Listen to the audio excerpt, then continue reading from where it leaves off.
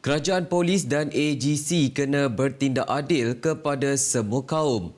Itu pandangan seorang pemerhati susulan kenyataan Menteri Perumahan dan Kerajaan Tempatan Nga Koming menggesa Jabatan Peguam Negara AGC mengambil tindakan tegas terhadap mana-mana pihak mencetuskan sentimen antara kaum melampau sehingga boleh menjejaskan keharmonian negara.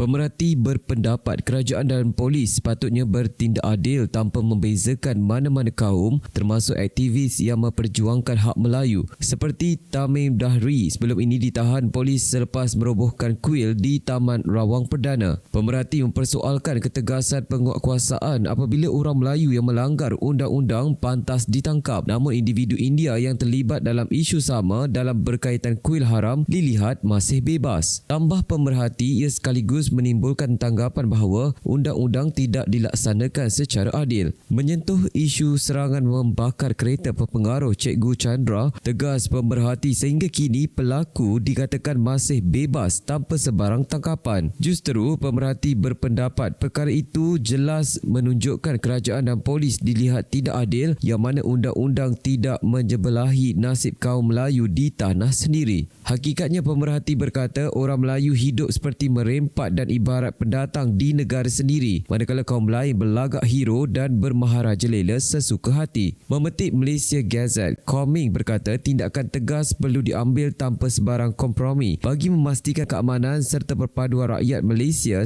terus terpelihara.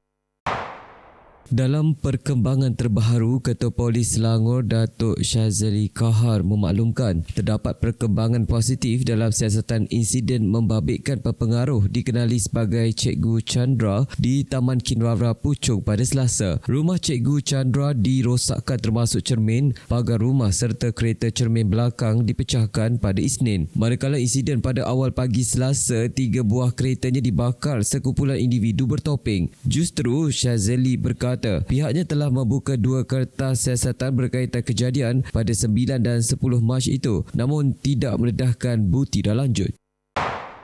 Sementara itu, tular gambar Al-Quran dipijak dan diconteng lakaran menghina Nabi Muhammad SAW dipercayai individu dari Sabah mencetuskan kemarahan umat Islam. Menurut Menteri Kerajaan Tempatan dan Perumahan Merangkap Esko Agama Sabah, Datuk Dr. Muhammad Arifin Muhammad Arif, perbuatan itu disifatkan amat biadab, melampau dan tidak boleh dimaafkan. Beliau menggesa tindakan tegas segera diambil mengikut undang-undang ke atas pelaku. Arifin dalam masa sama menekankan pihak berkuasa termasuk Majlis Agama Islam Sabah, Jabatan Hak Ehwal Agama Islam Negeri Sabah, Polis dan Suruhanjaya Komunikasi dan Multimedia Malaysia MCMC perlu bertindak pantas bagi mengekang provokasi sebegini. Tegasnya kerajaan negeri juga tidak akan berkompromi terhadap penghinaan Al-Quran.